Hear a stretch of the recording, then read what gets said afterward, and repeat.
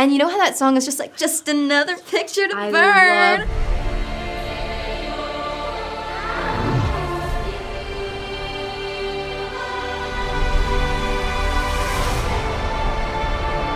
Congratulations on this film. I'm so excited for people to watch it. And it's been such a pleasure growing up watching you guys on screen through these films. What is your favorite phrase in Na'vi? Scowl. It's just used so well. And we also had a band from like the crew made a band called The Scowl. The Scowl. And we would have concerts on set. Yeah. Yes. And we had our own stickers, our own like merch. It was Jake Sully with a mohawk and doing his hiss, because that's just very punk rock.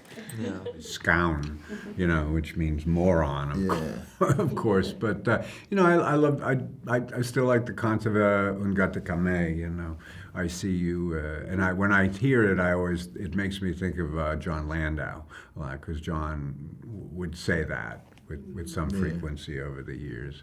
I think I just love Atokarina, like that word, the way it sounds. And it's very pretty, just like the thing it describes, the wood sprites. I like Mawe. It sounds so calming. Mawe. Yeah. I know this isn't Na'vi, but I loved it when you guys said pink ass. I was just like, that's something I'm going to use later.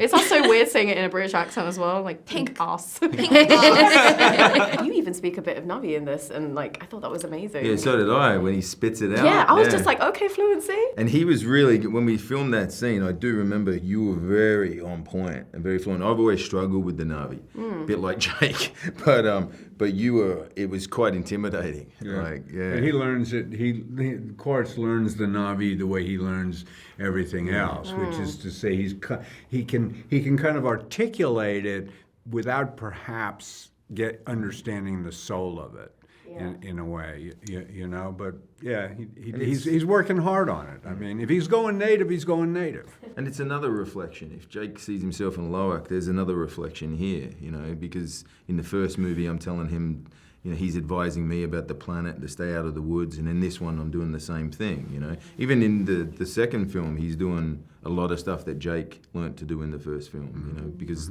2 and 3 are, you know, they were the same movie, you know, they're intrinsically linked.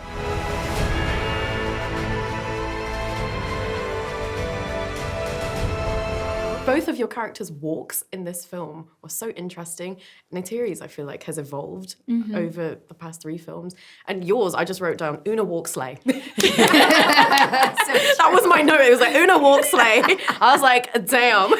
That's so good. So what was the decision there? How did you develop her walk? And it was so badass. A lot of it was just studying Zoe, because you know, for me, you know, Neytiri is Pandora, like Zoe is Pandora. So it's like, okay, so I gotta be this thing, and so how do they do it? You know, and you know, you always said that they trust, so they move from the heart, right? And so it's like, okay, so they move from the heart, but then Varang's trust is broken. And so what happens when you close the heart and you cinch tight around the chest? And so we gave my character like really tight here, and so where does the kind of engine of the body go?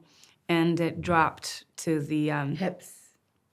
To the gut. To the magma of the body, to the lava center of the body. And so that was one piece. And then the Bugang.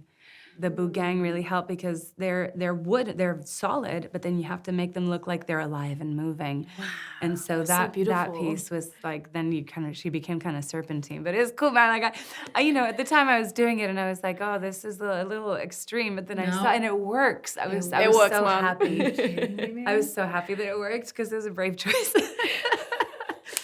There's moments where I was like, did I really just do that? What is just your favorite part about working together all of these years? I think the longevity of it is, you know, that just over the years, we've always worked, I think, pretty well together. But at the beginning, there's always going to be a certain degree, because of the nature of the characters, I think, there's always going to be possibly a wariness or a caution. But over the years, that's really completely dissipated, and we kind of, it's like kind of doing a duet or a, you know, a dance. Of course, I lead. Yes, of course. Sam's just like, what? Yeah, that's it. I yield to the man.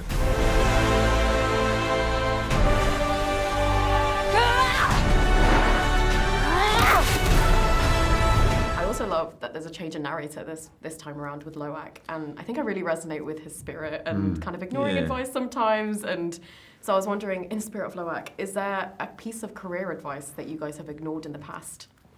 Wow. Every bit of Yeah, advice. are you talking? Yeah. Oh, I burned more bridges than Napoleon ever did. Believe me, over the years. Yeah, but I've learned be cool and not walk around with a chip on your shoulder. Loak's sensibility, Jake's sensibility, and Sam's sensibility are very much entwined. Incredibly annoying. Yeah. For me, maybe he thinks that Loak is maybe the most similar and most human when it comes to... Unfortunately, I don't think Jake. he would actually voice that. I don't think he's seeing that. But that's the idea, is that what he sees in Loak is himself. And he knows his son's going to get in trouble.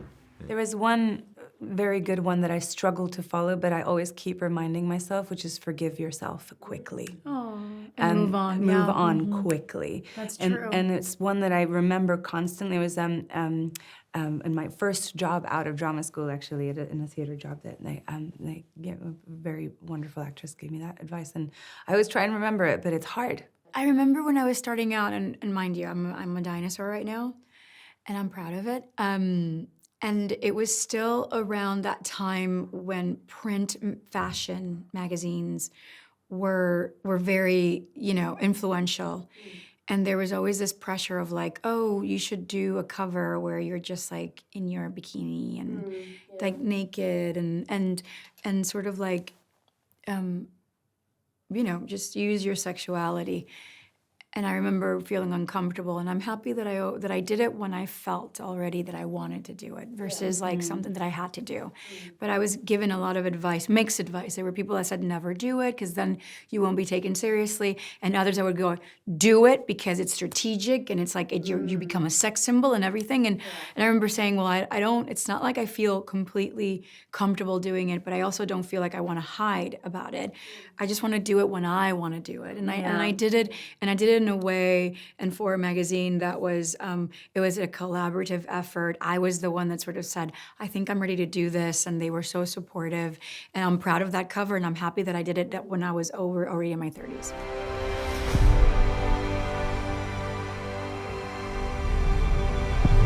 I feel like the fan edits are gonna go like wild after this film. Like, there's already some out there with the trailer alone. Yeah. So I was wondering for you guys, is there a song that you would like your character's fan edit to be made to? That's a cool question. Because I'll be making them, obviously. So hit me. I will say I love like my fans. I hate saying fans, but I'm like getting I think more comfortable with it.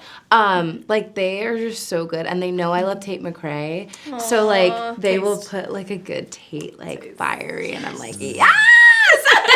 I feel so loved. I feel seen. Yes, I feel seen. I do. I'm like they pay attention. Someone heard me. They heard me.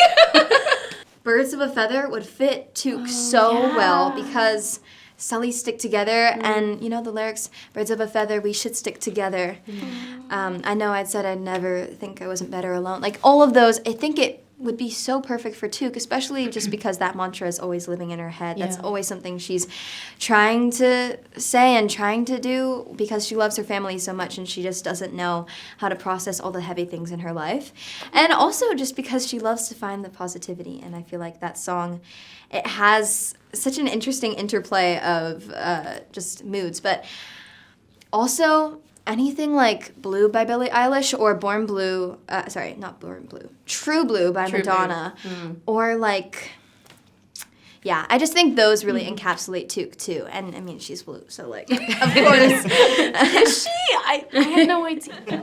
No, I love she's Billie. actually That's a good- purple. I feel like all the songs that I like listen to a lot, I feel like they're not really edit songs, like Try us.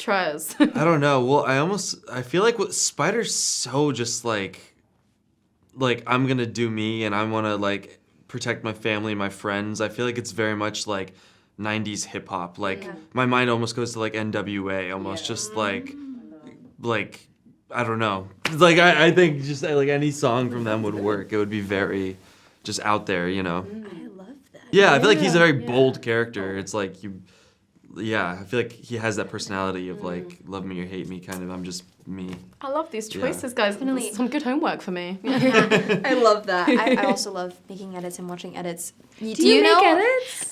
never posted them, but just like for fun sometimes. I love that. Or like, do you know when you just think of it in your head, but it never gets made? Oh. Yeah. But imagine Neytiri with Picture to Burn, Taylor Swift. And you know how that song is just like, just another picture to I burn? love that But then with Neytiri being so fierce and vengeful, like, And that then would be with such a Varong. cool combo. That's And then what- Varong, and they yeah. go like back and forth like a parallel. But it's interesting because like this is the first like bad Navi. So Una's like training like the Navi walk with their chests forward, and Una's is almost like mysterious and dark and hunched over. She's still holding back so much, and I Yeah. love it. Yeah. I almost feel like yes. Varong could be like closer by 9 Inch Nails or something really like up, like some kind Didn't of she really listen song. to a lot of a Slipknot. certain band, Slipknot, yeah, to get Well, into that's character. kinda that We're telling vibe, you right? Una's That too. really- I love it. Also, Something in the Way by Nirvana for Neytiri, because she's so depressed in this one, like it really. Seriously. Yeah. Yeah, sorry, I'm just like, Sorry. I actually have to skedaddle because it's like goodbye. But it was